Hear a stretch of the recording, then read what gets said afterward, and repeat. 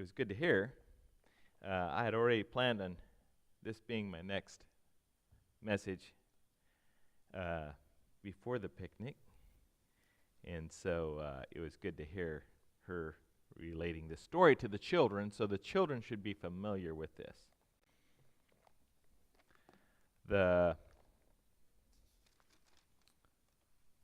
passage this morning we'll be looking at is 2 Kings chapter 5. Now, for those who haven't been here, visitors or missed what I've been doing is doing a series of asking the question is, how big is your God? And we're going through stories in the Bible where God showed himself in a mighty way, and where people, not everyone, not all the characters in these stories were serving the God of creation, and so they had gods in their lives, but they weren't as big as those who served the God of creation. I've titled this one, The Maid, and the cast of characters we have today is Naaman. He's the captain of the host of the king of Syria, so he's an important person. He's very important. Probably gets his directions directly from the king. Then we have a maid, a slave, that served Naaman's wife, and she would have come she would have been an Israelite, and she would have been taken away from her family and put into a strange country, a strange land, doing things that she was forced into. I don't know if she took her job, if she was for some reason, I think she was pleasant to be around and had the joy of the Lord in her heart. That's how I picture her. Then we had the king of Israel. We're going to speak about him a little. Then we have a prophet of God named Elisha. And then we have Gehazi, the servant of Elisha, that we're going to talk about.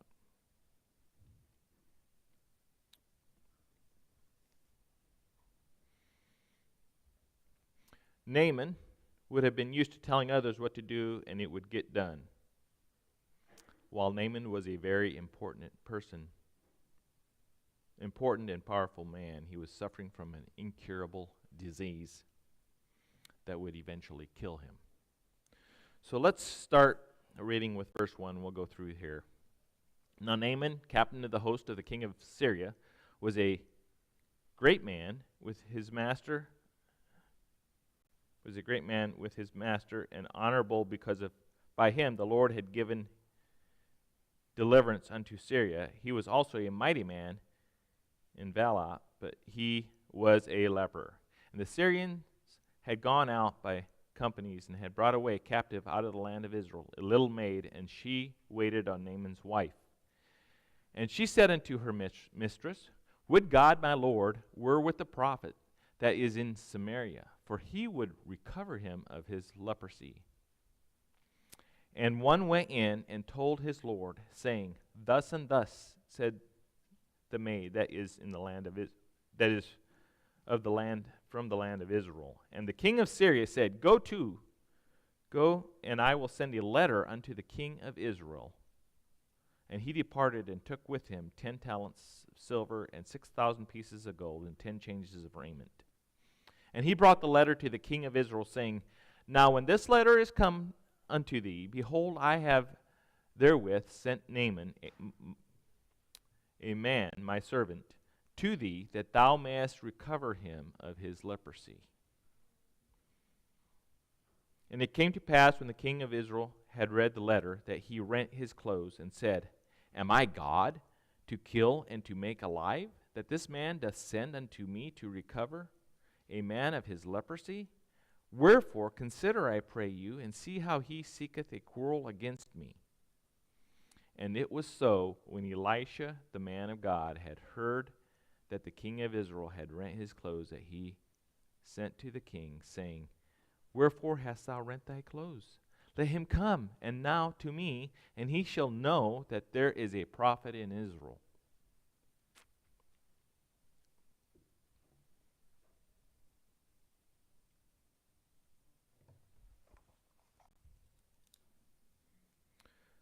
So let's go through here just a little bit. So we went through Naaman already.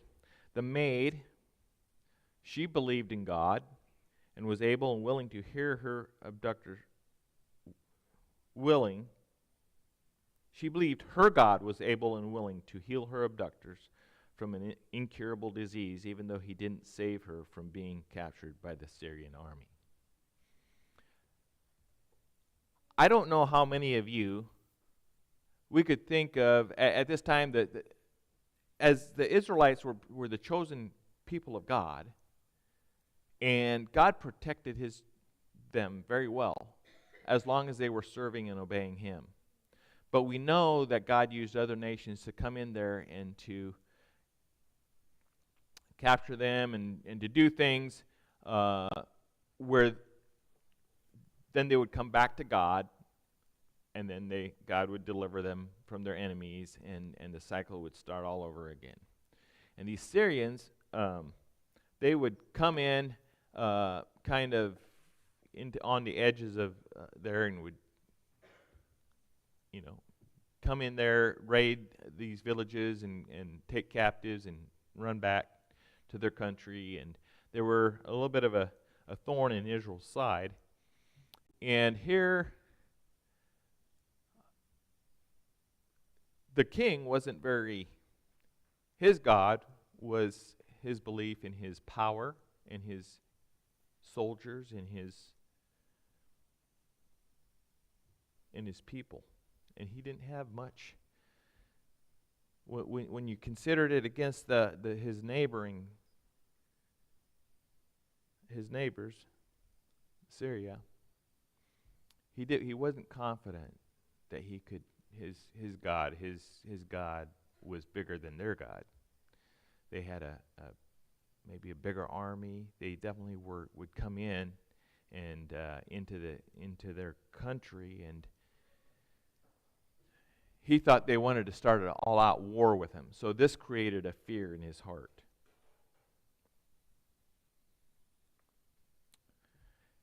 He should have known how big the God of creation is, the King of Israel. He is the leader of a nation that was experienced many spectacular miracles by the hand of God, yet somehow forgot and seemed to be serving another God that wasn't as big, and so he had fear. Instead of trusting in the God of creation, he was placing his trust in men, his army, and things that were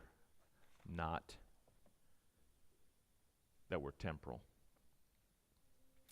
Let's continue with verse 9. So Naaman came with his horses and with his chariots and stood on the door of the house of Elisha. And Elisha sent a messenger unto him, saying, Go and wash in Jordan 7 times, and thy flesh shall come again to thee, and thou shalt be clean. But Naaman was wroth and went away and said, Behold, I thought he will surely come out to me and stand and call on the name of the Lord his God, and strike his hand over the place and recover the leper. Are not Abana and Pharpar rivers of Damascus better than all the waters of Israel? May I not wash in them and be clean? So he turned and went away in a rage. So he was thinking something spectacular was going to happen to him, and the prophet Elisha would come out and do something great for him.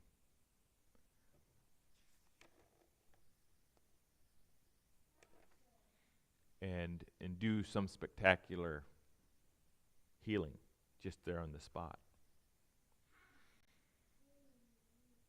So he wasn't impressed. So he wasn't going to do it. But his servants came in. So his servant came near and spake unto him and said, My father, if the prophet had bid thee do some great things, wouldest thou not have done it? How much rather then, when he saith to thee, Wash and be clean? Then he went down and dipped himself 7 times in Jordan, according to the saying of the man of God. And his flesh came again like unto the flesh of a little child, and he was clean. And he returned to the man of God, he and all his company, and came and stood before him and said, Behold, now I know that there is no God in all the earth but in Israel. Now therefore I pray thee, take a blessing to thy servant. When he was healed, he became a believer in the God of Israel, in the God of creation. And this was, I think, he couldn't believe it. The gods he'd served all these years couldn't do this. And so he converts there, but he knows he has to go back. So let's see what he did.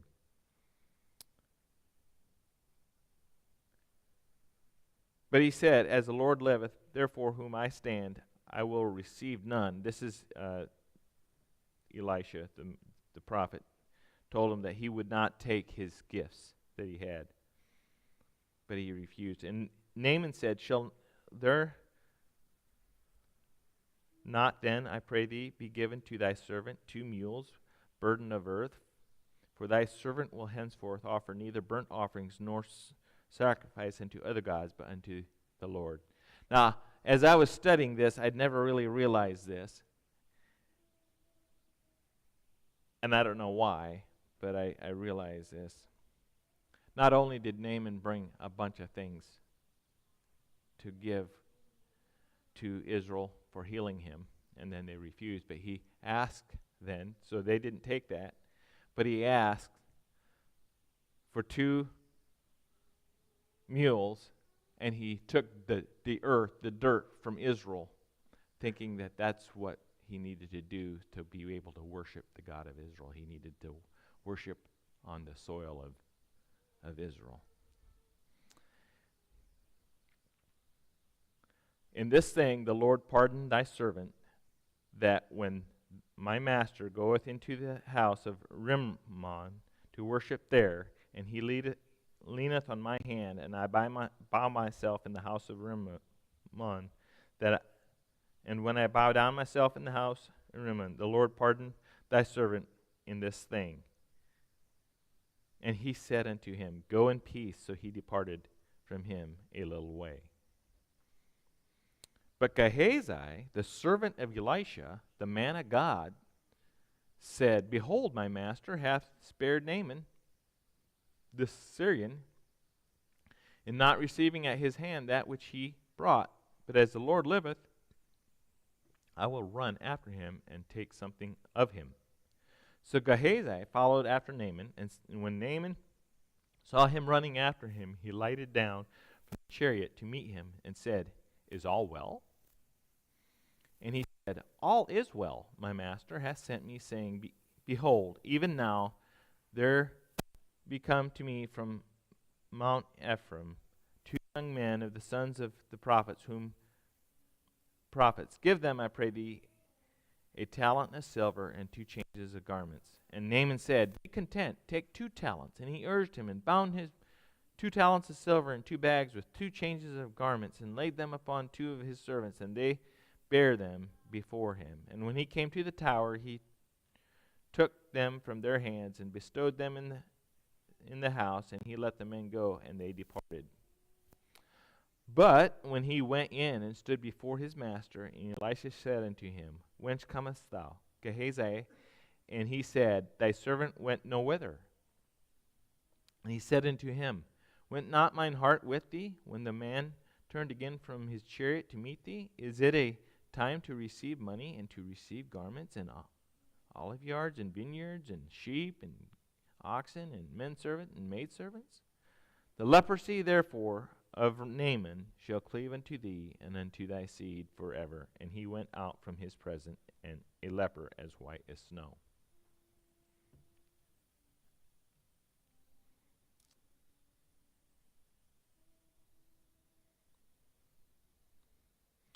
The prophet Elisha was a prophet of God. He knew the God he served was big enough for this situation and could heal leprosy.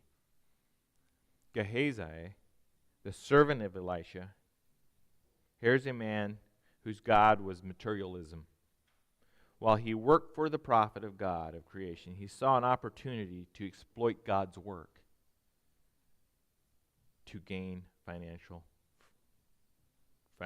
from it.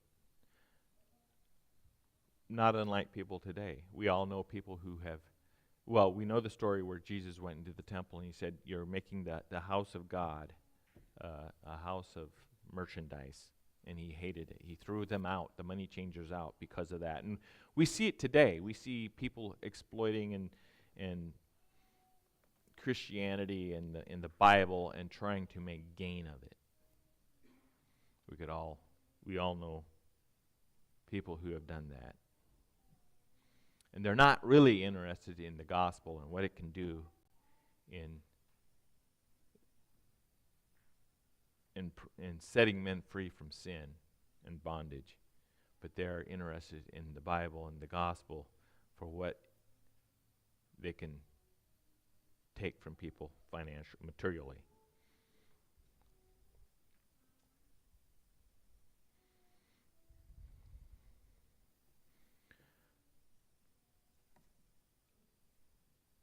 Some additional thoughts I had in reading this. It was careful obedience to God that brought healing, not things. He was wondering if the rivers back home would be better. It wasn't the water that healed Naaman. It wasn't even the dipping. He could have dipped in it anyway. He could have dipped 5 times and it wouldn't have worked. It was careful obedience. It was the location, the Jordan River, and it was dipping in the river 7 times, as he was told by the prophet of God.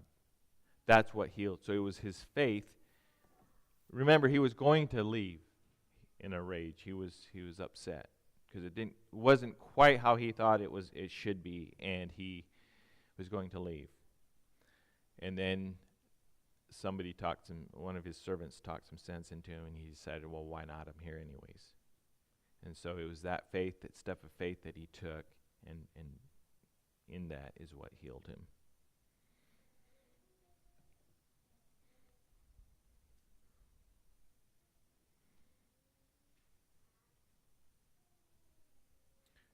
It was by following God's plan carefully that he was healed. Which character do you identify with this morning? Naaman? He didn't know the God of creation and served other gods, idols. The king of Israel?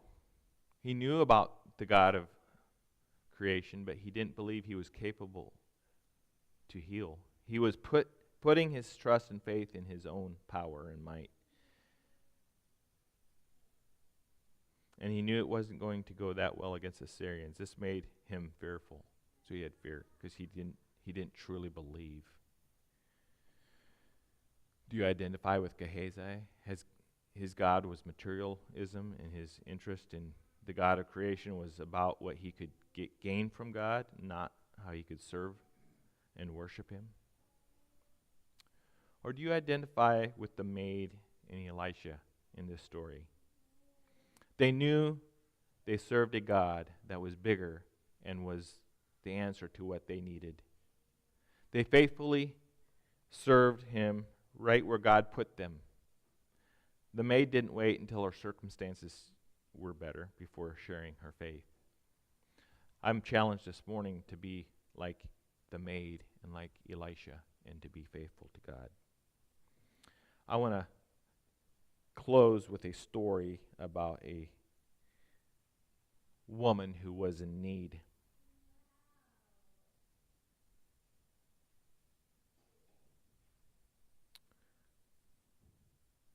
The story is called The Grocery List, and the author is unknown. Lois Redden, a poorly dressed lady with a look of defeat on her face, walked into a grocery store. She approached the owner of the store in a most humble manner and asked if he would let her charge a few groceries. She softly explained that her husband was very ill and unable to work. They had 7 children, and they needed food. John Longhouse, the grocer, scoffed at her and requested that she leave his store. Visualizing the family's needs, she said, "Please, sir, I will bring you the money just as soon as I can." John told her that he would not give her credit as she did not have a charge account at his store. Standing beside the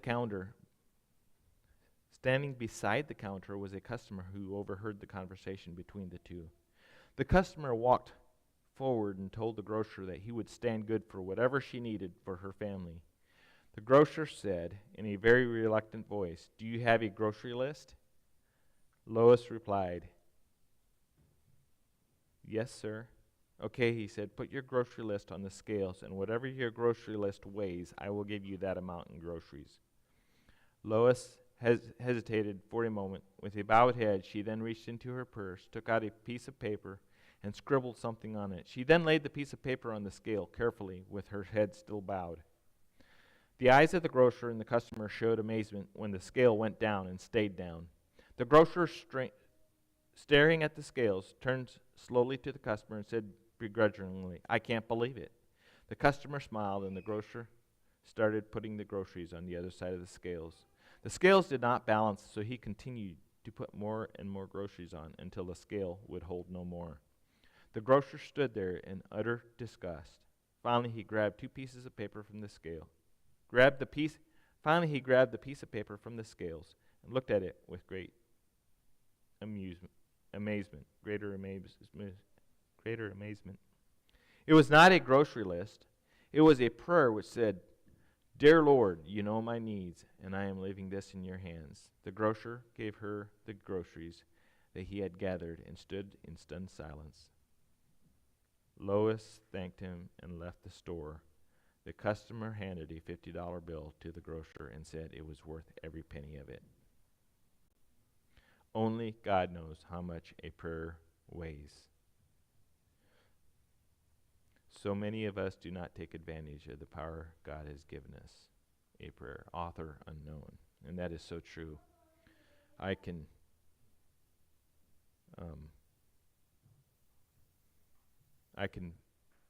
say from personal experience that God has met my needs, even though it maybe wasn't always like I wish it would have been. He's been there. He's walked with me through the valleys, and I have faith that he will continue to do that, and I trust that he will, no matter what you're facing as well. And I know that God is able, that he is faithful, that he is big enough to meet our needs. Why don't we stand, and I'll for a word of prayer, and then we'll have a verse of song, and then you can be dismissed.